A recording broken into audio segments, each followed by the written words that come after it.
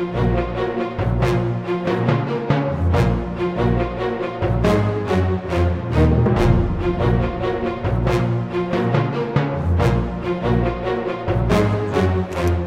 bienvenue encore une fois tout le monde. Bienvenue à Calvary Chapel. Et puis aujourd'hui, on va continuer notre étude du livre de l'Apocalypse. On avance, on fait de nombreux progrès. On est rendu au chapitre 17. Mais il y a beaucoup de choses à dire sur le chapitre 17, donc je ne pourrai pas couvrir tout le chapitre aujourd'hui. Aujourd'hui, ce qu'on va faire, on va couvrir les 6 premiers versets. Donc, mais vous allez voir, il y a beaucoup de choses intéressantes. Quand j'ai préparé ça, ça m'excitait parce que je revoyais mon passé religieux quand j'étudiais et je me préparais. Donc, ouvrez vos Bibles au chapitre 17 aujourd'hui. Apocalypse chapitre 17. Et vous vous souvenez, dans notre étude précédente, on a étudié le chapitre 16. Et vous vous souvenez de quoi parlait le chapitre 16? Les 7 coupes de la colère de Dieu. Hein, les 7 coupes de sa colère. C'est en ligne d'ailleurs. Et les 7 coupes de sa colère, en fin de compte, ce que j'appelle, ce sont les vrais changements climatiques. Parce que c'est ça que ça va avoir l'air quand ça va arriver. Et donc, ce qui nous amène maintenant au chapitre 17 et au chapitre 18 qui vont nous donner un aperçu détaillé des 7 coupes, c'est-à-dire il va nous donner un aperçu détaillé des jugements de Dieu, de ces jugements-là. Et en particulier du jugement de Dieu sur 2 choses. La première, ça va être le jugement du faux système religieux de l'Antéchrist. Et la deuxième chose, ça va être le jugement du système politique et économique de l'Antéchrist. Et ce qu'il faut que vous réalisiez, c'est que dans la parole de Dieu, c'est courant qu'on étudie un chapitre et on a une vue générale de ce qu'on étudie, et que le chapitre suivant, on va avoir des explications plus détaillées, plus sur des personnages ou plus d'informations. D'ailleurs, on voit ça dans le premier livre de la Bible, ça. Quand vous ouvrez le livre de la Genèse, le tout premier chapitre, ça parle de quoi? C'est d'une vue d'ensemble de la création, puis le chapitre 2, c'est quoi? Eh bien, c'est la création de l'homme et de la femme. C'est plus en détail, mais ça parle de la même chose. Et l'Apocalypse, c'est la même chose. Le chapitre 16, ça nous a donné un aperçu des jugements de Dieu. Et les chapitres 17 et 18, ça nous donne un aperçu détaillé du jugement qui va être déversé sur les systèmes religieux et économiques de celle qui est appelée Babylone, au chapitre 16. Et on a vu d'ailleurs au chapitre 16, au verset 19, qu'est-ce que Dieu a eu à dire là-dessus? Il a dit « Dieu se souvint de Babylone la Grande pour lui donner la coupe du vin de son ardente colère. » Donc, c'est le but dans les 2 prochains chapitres de nous donner des détails concernant le jugement de Dieu sur ces systèmes religieux-là et politiques de l'Antéchrist. On va lire la parole et puis on va prier. Alors, chapitre 17, verset 1. Ça dit ceci. « Puis un des 7 anges qui tenait les 7 coupes vint, et il m'adressa la parole en disant, « Viens, je te montrerai le jugement de la grande prostituée qui est assise sur les grandes eaux. C'est avec elle que les rois de la terre se sont livrés à l'impudicité, et c'est du vin de son impudicité que les habitants de la terre se sont enivrés. Il me transporta en esprit dans un désert, et je vis une femme assise sur une bête écarlate, pleine de noms de blasphème, ayant 7 têtes et 10 cornes. Cette femme était vêtue de pourpre et d'écarlate et parée d'or, de pierres précieuses et de pierres. Elle tenait dans sa main une coupe d'or remplie d'abominations et des impuretés de sa prostitution. Sur son front était écrit son nom, un mystère. Babylone la grande, la mère des impudiques et des abominations de la terre. Et je vis 7 femmes, ivres du sang des saints et du sang des témoins de Jésus, et en la voyant, je fus saisi d'un grand étonnement. » Prions.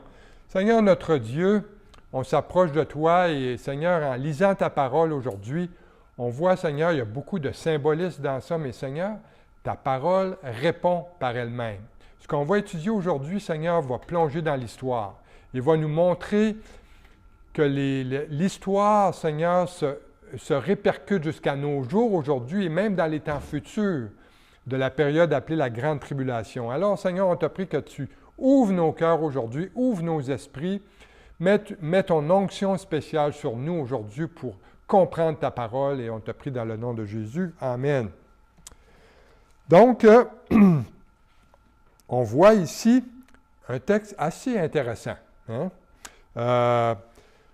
Au verset 1, ce qui nous dit, Jean est invité par l'un des anges qui était occupé à déverser la colère de Dieu et à regarder de plus près quelque chose qu'il avait déjà vu au chapitre 16. Hein, au verset 1, ça lui est dit, l'ange lui dit, « Viens, je te montrerai le jugement de la grande prostituée. » Vous savez, lorsqu'on arrive sur les lieux d'un accident, des fois, on voit des fois, on peut arriver même parmi les premiers et les services d'urgence ne sont pas là encore. Donc, la police arrive, les ambulanciers, et la police, des fois, commence à faire son rapport. Et là, il commence à interroger des témoins. Puis, donc, il nous demande d'observer la scène de la tragédie de façon plus détaillée. Et ce que l'ange ici veut faire avec l'apôtre Jean, c'est qu'il examine de plus près le jugement d'une femme qui est décrite comme étant la grande prostituée. Ça, c'est très important de comprendre ça. La grande prostituée.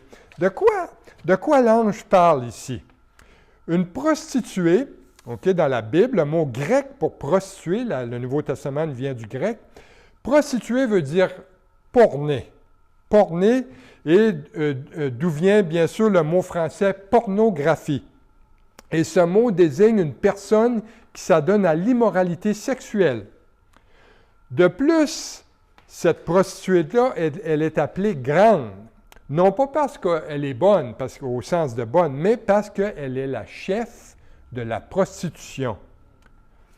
Voilà donc celle qui a enseigné le monde à pratiquer la prostitution. Et Jean veut qu'on sache certaines choses sur cette prostituée afin que les saints puissent rester aussi loin possible d'elle et d'éviter ce jugement-là. Notez ici l'étendue de sa prostitution, verset 2. Il dit que cette prostituée avait une influence sur qui? Sur le monde entier. En ce sens qu'elle a forniqué avec les rois de la terre. Les peuples du monde entier se sont enivrés de sa fornication. Et la prostituée est aussi assise sur quoi? Sur les eaux. Comme il est dit au verset 15, un peu plus loin dans le chapitre, qui représente les peuples des nations du monde. On a vu ça aussi précédemment, que les eaux étaient les peuples. Donc, au verset 15, ça dit « Les eaux sur lesquelles la prostituée est assise, ce sont des peuples, des foules, des nations et des langues. » Et on comprend donc que la prostituée que Jean voit ici n'est pas une femme en particulier. Mais Jean utilise un langage symbolique pour décrire quelque chose de mauvais sur le monde qui influence le monde entier. Et la question qu'on doit se poser, c'est qui elle est? Qui est cette prostituée-là? Et pour ceux d'entre nous qui connaissons la Bible, vous savez que le symbole d'une femme, c'est souvent utilisé dans les Écritures pour représenter un groupe plus large. Et la femme, dans la Bible, est un symbole, entre autres, dans l'Ancien Testament, qui représente l'Israël fidèle, donc la femme de Yahvé, la femme de Dieu. On voit ça dans Ésaïe, chapitre 54, versets 1 à 8, dans le prophète Jérémie aussi, chapitre 3, verset 14, et chapitre 31, verset 32, et on voit ça aussi dans Apocalypse 12, où la femme qui est enveloppée du soleil, parlant d'Israël. Et on voit également une autre version de la femme qui s'appelle une prostituée qui représente l'Israël infidèle dans l'Ancien Testament. On voit ça dans le prophète Ézéchiel, chapitre 16 et chapitre 23, ou aussi dans le prophète Osée. Cette femme-là, elle est appelée prostituée parce qu'elle a commis un adultère spirituel. Elle a été infidèle à Dieu. Et c'est intéressant de noter que l'adultère spirituel, qu'on appelle aussi l'idolâtrie, c'est souvent accompagné d'une autre sorte d'immoralité, l'immoralité sexuelle physique. Je vais vous donner un exemple. Prenez dans le livre de l'Exode le peuple juif, quand ils se sont fait un veau d'or, ils ont commencé à manger, à danser, à boire, à s'enivrer et à commettre l'immoralité sexuelle. Et ça, c'est un avertissement, ça, pour nous. Et la religion des Cananéens, qui était dans la terre promise avant l'arrivée du peuple d'Israël, donc vénérait le sexe. Et leurs dieux et leurs déesses étaient des déifications de l'acte sexuel. D'ailleurs, ils offraient des sacrifices à leurs dieux. Ils offraient des bébés. Et des bébés qui étaient non désirés. Ce qu'ils faisaient, ils les brûlaient vivants. Ils les offraient en offrande à leur dieu Moloch, ce que Dieu déteste énormément. Et aujourd'hui, on appelle ça l'avortement. Aujourd'hui, les connaissances médicales sont autres qu'il était au temps biblique. Donc, aujourd'hui, non, on n'attend pas que l'enfant vienne au monde, on le tue dans le sein de la mère. Et ça, Dieu déteste ça. Ça, c'est un meurtre. Et dans le temps du peuple cananéen, ce qu'on faisait, les bébés qui n'étaient pas désirés, bien, ils les donnaient à leur Dieu, ils les brûlaient vivants. Pouvez-vous vous imaginer combien c'était diabolique, cette pratique-là? Et pour revenir au symbole de la femme dans la Bible, eh bien, on a aussi un autre exemple dans le Nouveau Testament qui parle de l'Église dans le Nouveau Testament qui est l'épouse de Christ, laquelle nous sommes. On voit ça dans 2 Corinthiens 11, chapitre 2 et dans Apocalypse 19. Et ceci nous montre que la grande prostituée d'Apocalypse 17 qu'on parle ici, ce n'est pas un individu. C'est plutôt un groupe plus large. C'est un système d'adultère spirituel. Je dirais que ce que Jean décrit, c'est la fausse épouse de Christ qu'on va voir dans les derniers jours. Et même si elle se dit chrétienne, elle n'aura aucune relation avec Christ, aucune relation personnelle en tant que son Sauveur et son Seigneur. Et elle va être une contrefaçon de l'Église des derniers jours. Et d'ailleurs, elle est symboliquement représentée par l'Église de Laodicée qu'on a vu au chapitre 3, quand on a commencé l'Apocalypse. Elle va avoir l'apparence d'être unie à Christ, mais en vérité, elle va être infidèle dans sa relation, dans cette relation-là. Et regardons qu'est-ce qu'elle fait au verset 2. Qu'est-ce qu'elle fait? Elle dit que les rois de la terre ont forniqué avec elle. Donc, la grande prostituée représente une fausse religion. Son adultère spirituel implique ses relations avec des pouvoirs politiques du monde, parce qu'ici on parle de rois.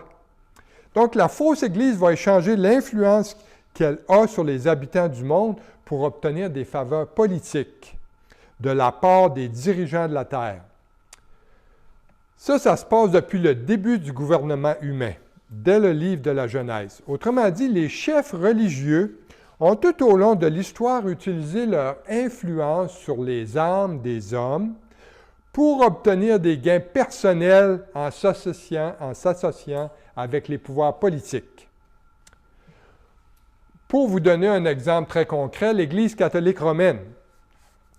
D'ailleurs, quand vous voyez un nouveau président dans le monde ou un nouveau premier ministre, qu'est-ce qu'ils font? Ils prennent l'avion, ils s'en vont au Vatican, ils s'en vont à Rome pour recevoir la bénédiction papale, donc pour rencontrer le pape.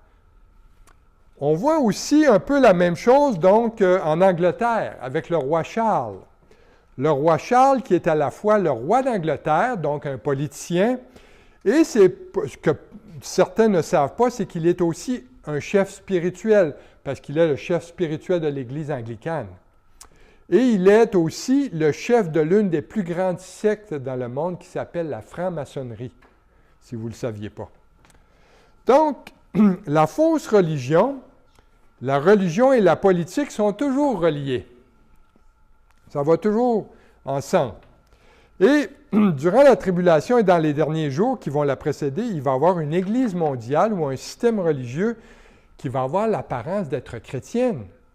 Mais cette Église va être en fait complètement séparée de la pure doctrine de Jésus-Christ. Et elle est appelée la grande prostituée, la fausse Église. Et l'apôtre Jean nous dit qu'elle sait quoi? Elle s'est enivrée. Qu'elle a enivré les habitants du monde avec sa fausse religion. Il dit que c'est du vin de sa fornication que les habitants de la terre se sont enivrés. Les enseignements de cette fausse Église vont rendre les gens spirituellement saouls. C'est le cas de le dire. Comme une personne saoule, une personne enivrée, une personne en état d'ébriété. Donc, ils seront incapables de séparer la réalité de la fiction, parce que l'Antéchrist va faire des prodiges mensongers. Ils vont être incapables de discerner la vérité de Dieu et les mensonges propagés par l'Antéchrist. Et le monde va être enivré par cette grande prostituée spirituelle. Et le résultat sera que les peuples de la terre seront tellement intoxiqués par le mensonge de l'Antéchrist qu'ils ne pourront plus recevoir la vérité. C'est triste quand on pense à ça. Vous savez, la personne la plus difficile à évangéliser, ce n'est pas le païen le plus débauché. Parce qu'on voit ça, le plus bel exemple avec le mouvement hippie dans les années 70. Et d'ailleurs, Calvary Chapel est né avec ce mouvement-là. Donc, ils ont évangélisé beaucoup parmi les hippies et ces gens-là étaient ouverts à la parole.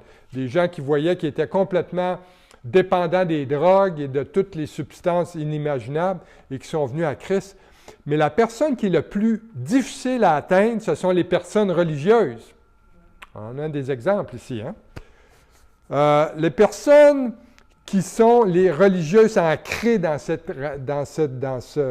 ces racines religieuses profondes, eh bien, c'est plutôt la personne qui a déjà bu au bord spirituel de la fausse religion qui est difficile à atteindre. Ils sont intoxiqués pour voir la vérité en face et ils refusent de croire même s'ils savent qu'ils ont tort. Donc, faites attention aux fausses doctrines et aux sectes qui font la promotion de d'autres livres que la Bible. Moi, dans ma précédente carrière, j'ai beaucoup voyagé au Canada, aux États-Unis, et je m'amusais toujours à regarder dans les tiroirs de la table de nuit de l'hôtel où j'allais coucher. Et je voulais savoir s'il y avait une Bible placée par les Gédéons qui était là, un Nouveau Testament. Et à ma grande surprise, des fois, j'ai commencé à il y avait une chaîne d'hôtels en particulier que j'aimais aller, et il y avait un bon service. Mais à ma grande surprise, un jour, j'ai ouvert le tiroir et j'ai trouvé non pas une Bible, mais le livre de Mormon. Donc, le livre écrit par le faux prophète Joseph Smith. Donc, tout ça pour vous dire qu'il faut toujours protéger nos cœurs des fausses doctrines. Et la grande prostituée qu'on voit au chapitre 17 de l'Apocalypse, donc c'est une contrefaçon de la véritable épouse de Jésus, qui selon 2 Corinthiens 11-12 est considérée comme une vierge pure. Une vierge qui est spirituellement pure. Il n'y a rien de mêlé à la simplicité du message de l'Évangile. L'Évangile, c'est simple, ça. C'est très simple. Ceux qui veulent y ajouter, donc, s'éloignent de la vérité. Et la Vierge pure dans le Nouveau Testament est celle qui a un cœur sans partage, qui a Jésus en tant que son premier amour. C'est celle qui est fidèle à Jésus, peu importe le prix que ça coûte pour le suivre. Donc, il faut être perspicace quant aux personnes, aux groupes lesquels on écoute, et pour se garder pur. Ce qui nous amène au versets 3 et 4. Où la grande prostituée, elle est décrite. Jean est ensuite amené dans un endroit appelé le désert, où il peut observer de plus près cette femme-là. On voit ça au verset 3. Donc, le désert est un contraste avec l'endroit où se trouve la véritable épouse de Christ. Où est-ce que l'épouse de Christ va se trouver au moment où Apocalypse 17 arrive? Elle va être au ciel. Déjà été enlevée à partir du chapitre 4. Et l'Église, donc, est complètement séparée de ce désert spirituel. Le désert représente quoi? Ça représente la mort spirituelle. Ça va être comme ça sur la terre. Et la mort spirituelle, c'est lorsque l'Esprit de Dieu n'est plus là. Il n'y a pas de fruit qui est produit. Dans le désert, il n'y a rien qui pousse, tout est sec et tout est mort. Hein? Et il y a juste que il y a seulement des épines et des chardons qui arrivent à survivre. Donc, cette femme que j'envoie, elle est où? Elle est assise sur un animal, sur une bête. C'est la même bête qu'on a vue dans le chapitre 13, Apocalypse chapitre 13, verset 1, qui on a dit qui était l'Empire romain restauré de ses cendres, d'où l'Antéchrist va accéder au pouvoir.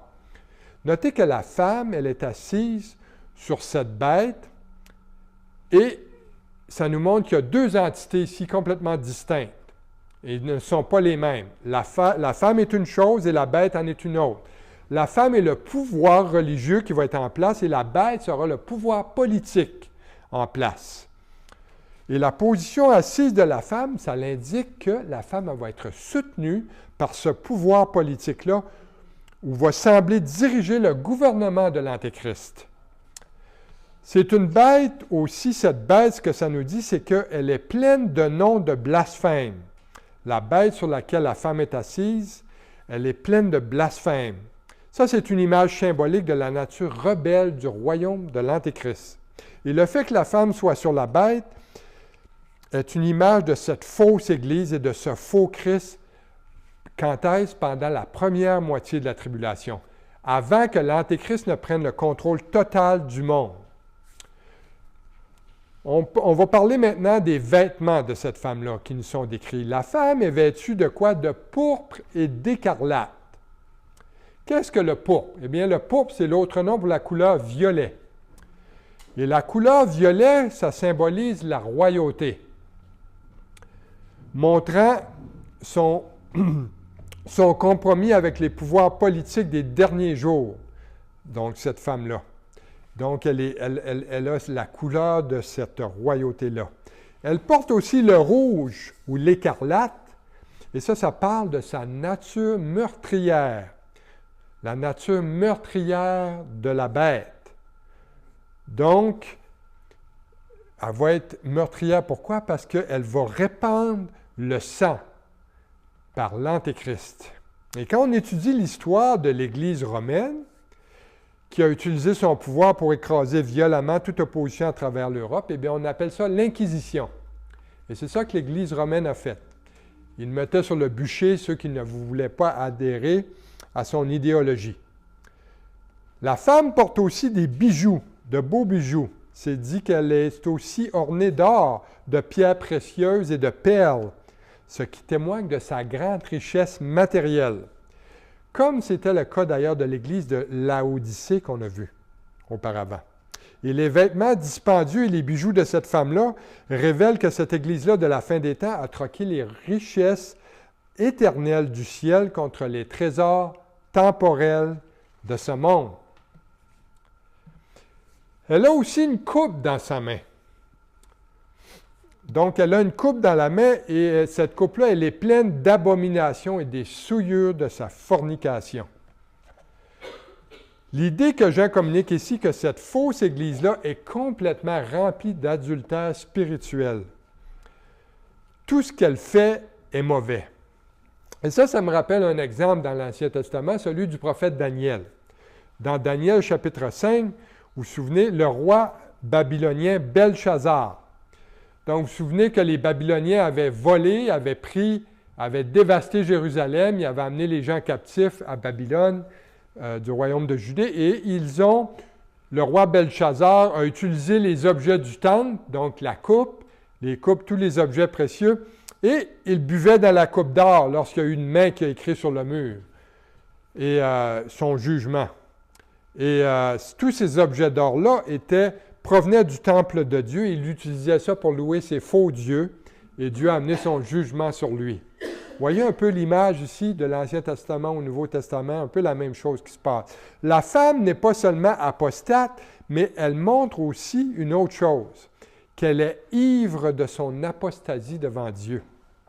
Cette femme-là, la grande prostituée, va adorer de faux dieux comme le roi Belchazzar et elle va être jugée par Dieu. Regardons maintenant les caractéristiques de la grande prostituée. Il y a des caractéristiques vraiment intéressantes de cette fausse religion-là que Dieu déteste. Il faut que les gens comprennent qu'il y a beaucoup de choses que Dieu déteste la concernant. Et le jugement qu'on lit dans Apocalypse 17 et 18 nous donne un aperçu détaillé de cette religion-là. Regardons ce que Dieu déteste. Premièrement, au verset 5, il dit qu'il déteste son nom. Quel est son nom? Au verset 5, ça dit « Sur son front était écrit un nom, un mystère. » Ah, un mystère. Son nom, c'est quoi? C'est quoi ce mystère-là? Son nom, c'est Babylone la Grande.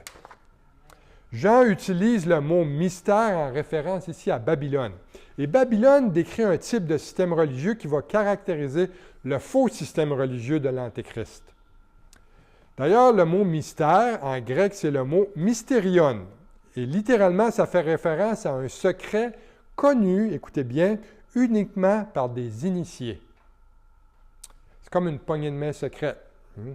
Donc, c'est intéressant car si vous étudiez les faux systèmes religieux des hommes ou les sectes occultes, ces initiés ont souvent des signes entre eux ou pratiquent des cérémonies secrètes qu'une personne doit d'abord traverser pour devenir un membre en règle qu'on appelle un initié. Et ce sont ces initiés-là qui connaissent les rituels secrets. Et pour ne pas les nommer, entre autres, les chevaliers de colon. Alors, vous avez aussi les francs-maçons. Donc, ils portent des ornements durant leur cérémonie et des vêtements spéciaux, comme des bagues et même des sous-vêtements. Et juste pour vous informer, moi, où je vivais en Idaho, un État où il y avait beaucoup de Mormons, on savait que les Mormons, eux, portent des sous-vêtements blancs. Parce que eux autres, la pureté, c'est extérieur, c'est pas intérieur. Donc tous les Mormons ont des sous-vêtements blancs. Et les Mormons et les maçons, d'ailleurs, suivent des rituels dans leur temple. Il y a beaucoup de symboles maçonniques aussi chez les témoins de Jéhovah. Donc, le système religieux mondial des derniers jours va être caractérisé par ce genre de rituel païen, secret, par lequel le participant devient membre. Et ce qui est assez fascinant quand on regarde ça, c'est que une personne, durant la Grande Tribulation, certains ont suggéré que l'initiation finale à ce faux système religieux, ça va être de prendre la marque de la bête. Une personne va recevoir la marque lorsqu'elle va s'incliner pour adorer l'Antéchrist. Elle va lui porter allégeance ou à son image en tant que Messie. Et la différence entre les fausses religions humaines et l'Évangile de Dieu, eh bien, c'est celle-ci. Les religions des hommes exigent que vous répondiez à certaines exigences d'initiation, entre autres, comme on a mentionné, donc avoir des connaissances particulières ou même avoir une certaine couleur de peau. Regardez ce que le Ku Klux Klan aux États-Unis a fait. Donc, il persécutait les Noirs. Donc, c'était réservé à des suprémacistes blancs. Donc, voyez le genre de secte, d'initiation qu'ils font. Tandis que l'Évangile de Dieu, ça, c'est ouvert à tous. Tout le monde est invité. La seule exigence est qu'une personne se repente de ses péchés et reçoive le don gratuit du salut offert par une relation personnelle avec Jésus. C'est offert à tous, donc c'est offert aux criminels, aux voleurs, aux meurtriers, aux hommes de toute race, de toute langue, aux rejetés de la société. Il n'y a aucune exception. C'est ça la beauté de l'Évangile de Christ. Et la Bible nous dit que la marque de l'Évangile, parce qu'il y en a une, c'est quoi? C'est l'amour de Christ. 1 Jean 3,1 nous dit « Voyez quel amour le Père nous a témoigné pour que nous soyons appelés enfants de Dieu. » Quelle meilleure famille à rejoindre que la famille de Dieu qui nous est offerte à tous en recevant simplement Jésus comme notre Sauveur et Seigneur. Et pour que Dieu déteste le nom de la grande prostituée, autant, eh bien, regardons son nom complet au verset 5. Ça dit, elle s'appelle Babylone la Grande, la mère des impudiques et des abominations de la terre. Hey, c'est tout un nom, ça, sur un certificat de naissance. Imaginez un prénom, là. Mon prénom, Babylone la Grande, et mon nom de famille, la mère des dépravés sexuels et des abominations de la terre. Wow! Tout un nom. Donc, son nom, en fait, raconte une histoire. Son nom, ça raconte l'histoire d'une prostituée. Et lorsqu'on examine attentivement son nom, on va comprendre pourquoi Dieu la déteste autant. Comme on l'a déjà vu, la grande prostituée des versets 1 à 4 là, est ce faux système religieux de l'Antéchrist, autrement dit, une fausse mariée, la fausse mariée. C'est la fausse épouse, elle n'est pas l'épouse de Christ. Son nom, Babylone, symbolise qu'elle est similaire à la religion de l'ancienne ville qui porte son nom, c'est-à-dire Babylone. Ça, c'est important de comprendre ça. Si vous voulez comprendre ce passage-là de l'Écriture, il faut comprendre un peu l'histoire. Et là, on va référer à ça. Donc, on vient à l'ancienne ville de Babylone. Pour comprendre cela, il faut comprendre l'histoire de cette ancienne ville. Là, ça devient vraiment intéressant. Tout d'abord, le nom Babylone, c'est un thème central dans toute la Bible. C'est mentionné 287 fois au total, donc c'est très important. Et dans le premier livre de la Bible, le nom Babylone apparaît déjà, dans Genèse chapitre 10, qui raconte le fondement de l'ancienne ville par Nimrod. Donc Nimrod, c'est lui qui a institué le premier gouvernement athée de l'humanité. Et dans Genèse chapitre 11, ça raconte le fondement de la première fausse religion avec la construction de la tour de Babel. Tandis que dans le dernier livre, donc dans le premier livre de la Bible, donc, il y a le fondement de Babylone, et dans le dernier livre de la Bible, soit dans l'Apocalypse, c'est la destruction de Babylone. C'est de ça qu'on va parler. Et Apocalypse 17, donc, raconte la destruction de Babylone en tant que système religieux, et Apocalypse 18 va parler de la destruction de Babylone en tant que système politique. Et la tour de Babel, qui fut construite environ 3000 ans avant Jésus-Christ, fut la première tentative de l'homme d'atteindre le ciel par ses propres efforts. Les ruines du monde antique, d'ailleurs, avaient plusieurs de ces tours-là. Et ces tours-là étaient appelées, il y avait un nom particulier, ça s'appelait des ziggourats. C'était des maisons ou des plateformes entre le ciel et la terre. Et c'était en fait que des montagnes artificielles avec des temples païens dessus, dédiés à des faux dieux à leur sommet. On voit ça dans tous les temples babyloniens, on voit ça dans les temples mayas en Amérique du Sud, dans les temples aztèques aussi. Quand je vais le mettre en ligne, là, le message, je vais mettre des photos de ça. Vous allez comprendre, vous allez avoir une image physique de ça. Et ils avaient des tours, donc ces temples-là, un peu similaires à la tour de Babel, avant que Dieu ne divise la terre. Et la tour de Babel était en fait l'une de ces grandes montagnes artificielles-là en forme de pyramide, avec 4 côtés. Et Babel, qu'est-ce que ça veut dire? Babel signifie à l'origine la porte de Dieu. Ah, intéressant, la porte de Dieu. C'était un monument qui démontrait l'orgueil humain, qui était un acte de rébellion envers Dieu. Et Dieu a jugé les tentatives orgueilleuses de l'homme, et le mot Babel en est venu à signifier quoi? Confusion. Parce que c'est à Babel que les langues ont été confondues par Dieu lui-même. Et la ville où se trouvait la tour a été reconstruite et rebaptisée Babylone par un roi et est devenue le premier et le plus puissant empire mondial, l'empire de Babylone. On voit ça dans le livre de Daniel avec la tête d'or, dans le rêve de Nebuchadnezzar. Donc, pour comprendre là, Apocalypse 17, il faut connaître un peu l'histoire de la fausse religion de Babylone, la religion que Dieu déteste. Et là, ça s'en vient vraiment intéressant. Les archéologues ont découvert qu'il y avait des milliers de tablettes qui s'appellent cunéiformes, qui sont en fait des inscriptions sur des tablettes d'argile qui décrivent en détail cette première fausse religion.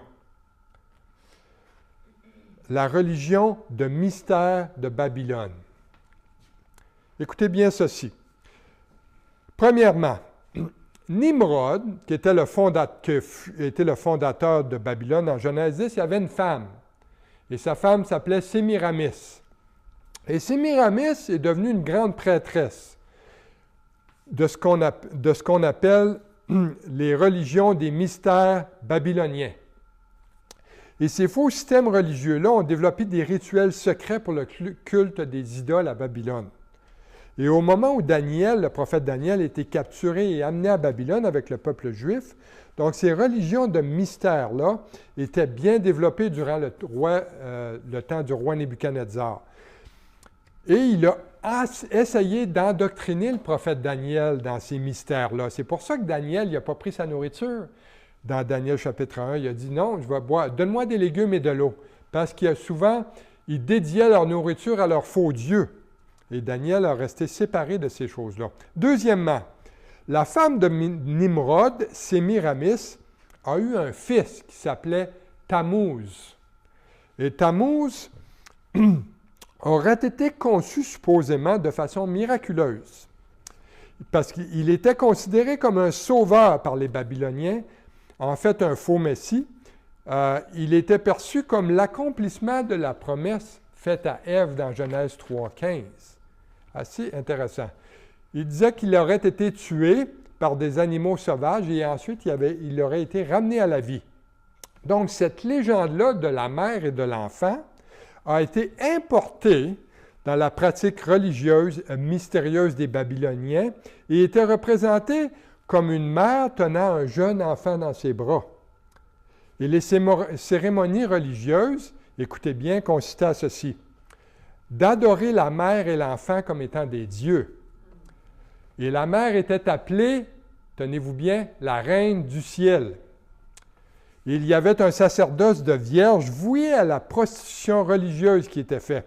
On pratiquait aussi l'aspersion de l'eau bénite pour purifier les péchés. Et la purification des péchés se faisait par l'adoration à la mère. Ça allume-tu des lumières un peu, ça? Bien que tout cela nous vienne de documents historiques profanes, eh bien la Bible nous met clairement en garde que le peuple de Dieu contre la pratique de ce faux système religieux de Babylone. Et la reine du ciel, qu'en est-il? La Bible en parle de la reine du ciel. Ah oui? Ben oui. Dans le prophète Jérémie, chapitre 7, verset 18, Jérémie 7, 17 et 18, qui dit « Ne vois-tu pas ce qu'ils font dans les villes de Juda et dans les rues de Jérusalem?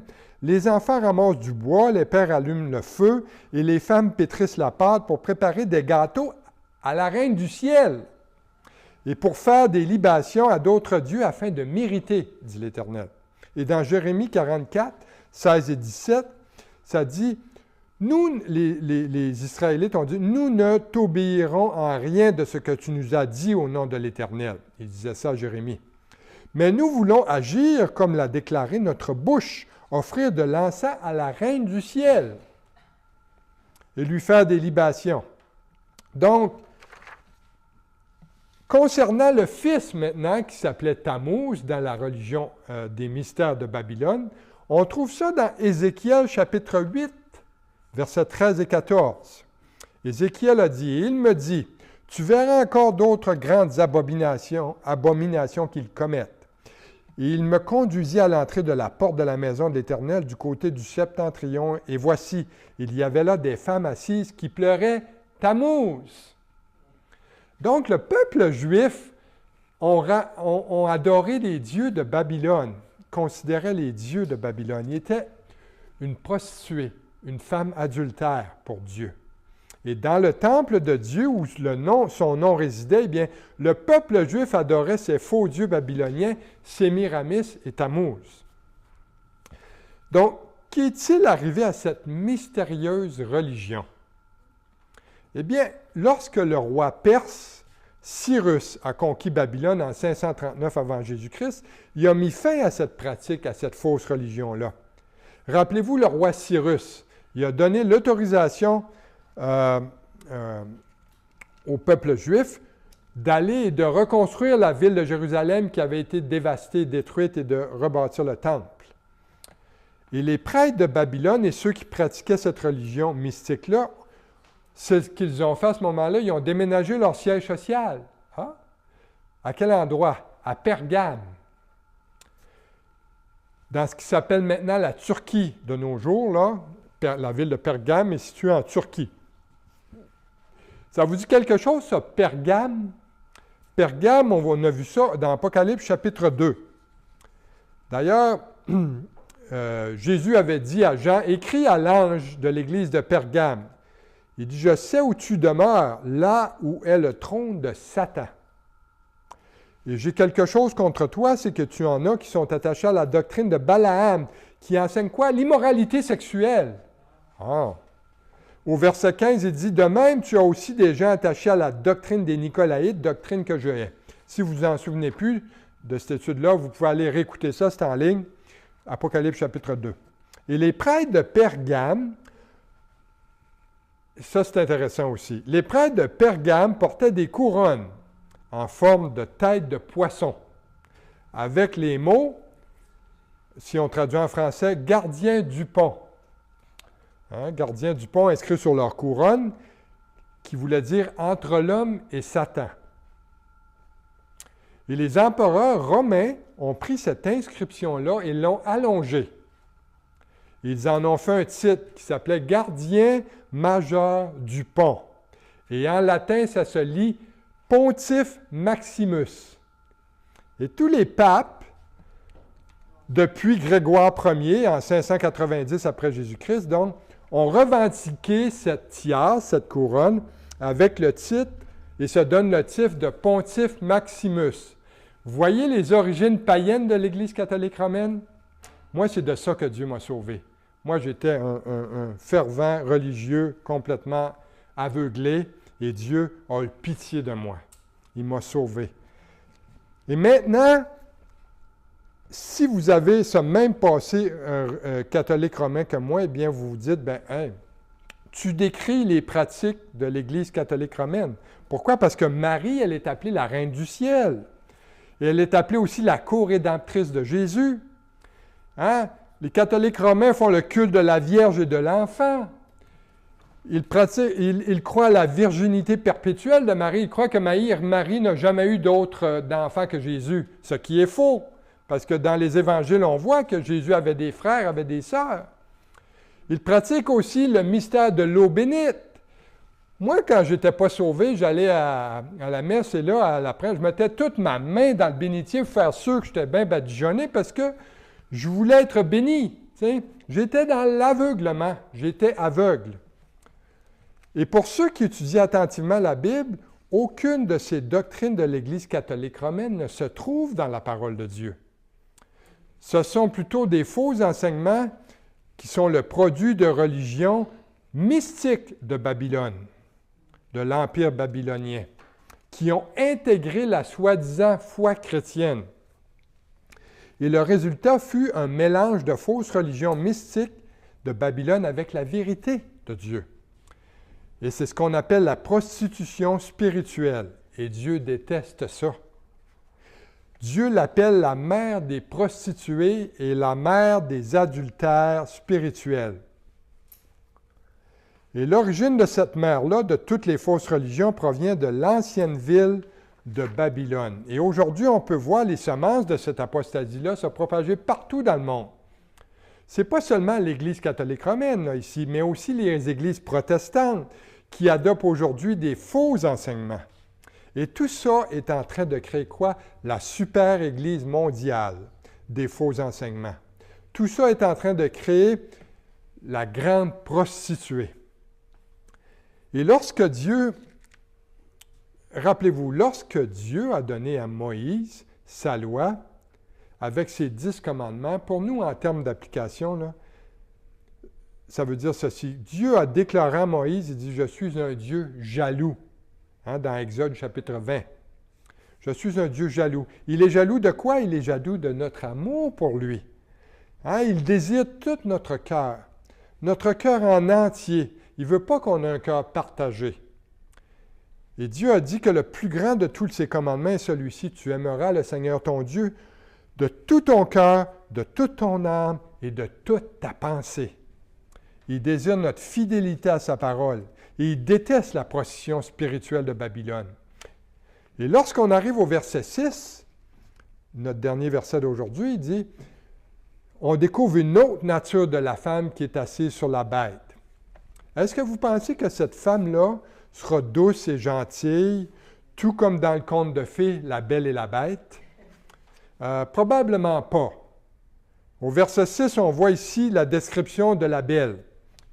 Il dit « Je vis cette femme ivre du sang des saints et du sang des témoins de Jésus. Et en la voyant, je fus saisi d'un grand étonnement. » Cette femme-là c'est pas la Belle, c'est plutôt ce qu'on pourrait appeler une beauté cruelle. Jean nous dit que la prostituée, cette Babylone religieuse-là, elle est quoi? Elle est ivre du sang des saints et du sang des témoins de Jésus. C'est une description assez dégoûtante, pour ne pas faire un jeu de mots. Pour ma part, moi, je ne suis pas très attiré par le sang. Ce n'est pas très attirant pour moi.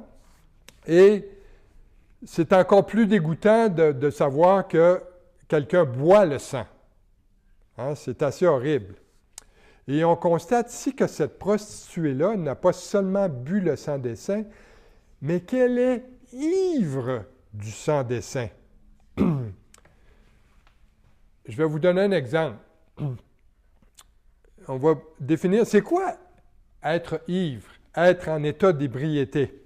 Eh bien, la définition de ça, c'est d'être intoxiqué avec des boissons alcooliques au point d'altérer nos facultés physiques et mentales. Eh bien, maintenant, remplacez le mot alcool par le mot sang concernant cette femme-là, ce qui donnerait être intoxiqué avec le sang au point d'en altérer ses facultés physiques et mentales. Wow! Et j'inclurai aussi ses facultés spirituelles.